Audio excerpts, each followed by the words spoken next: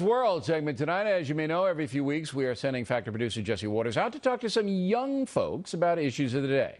Tonight, Jesse is seeking answers about the so-called Muslim problem.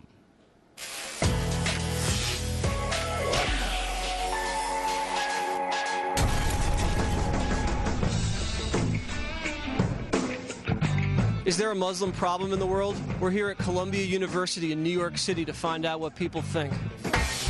Is there a Muslim problem in the world? Define Muslim. Muhammad. The same way that there's different aspects of Christianity, there's extremist Christians, there's non-extremists, and it depends on the viewpoint of what you're looking at. I think you have to separate terrorists from Muslims. Not all terrorists are Muslims, not all Muslims are terrorists. I look at you, what do I see? I see a white male, but you might not be white. You mean I'm not white? You know, there's been 40,000 people killed in terrorist attacks since 9/11. Don't you think there's a problem? I wouldn't call it a Muslim problem. I think there are terrorists of all religions. Are there Christian terrorists? Oh, yeah. Yeah, baby. Why are Muslim people taking the Quran and going out and blowing innocent civilians up, but Christians aren't? Well, the same way why Westboro Baptist Church is going around and disrespected soldiers' funerals.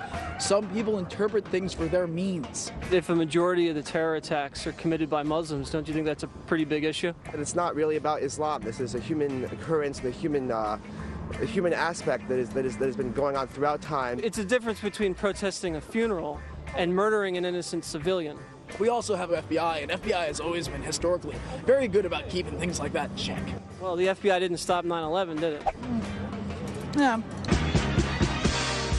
Do you support profiling Muslims at airports? If you see a sketchy person walking, then you need to make sure that that's a sketchy person. So let the blondes go through. Seems to be a lot of mainstream hate in these Muslim countries. Superficial summaries such as that are not really going to give you a full understanding of the situation. General, we've got a situation here. This is pretty real. There's about 126 individuals indicted in America over the last 2 years on terror charges. All of them were Muslim. Right. I think going to war is not the right way to do it. So if you can't fight the war on terror with bombs, what do you fight it with? With love. I love you. What's going on? It's Fox News. No. What does that mean? You know what that means. You guys are as nutty as the Muslim extremists. How are we nutty? You're preaching rhetoric, man. It's all you guys do. Can we get lunch? Order the double cheese and sausage. Right here, dude.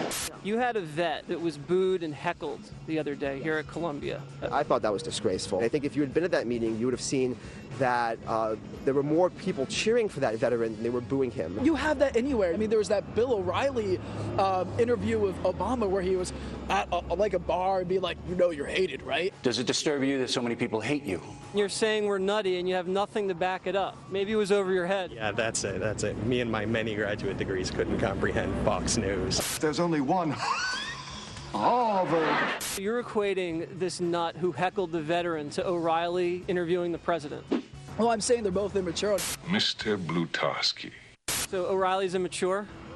I imagine he can be, but can't we all? I mean, I am the one eating the sandwich. All right, so Columbia University tuition about $60,000 a year. All right.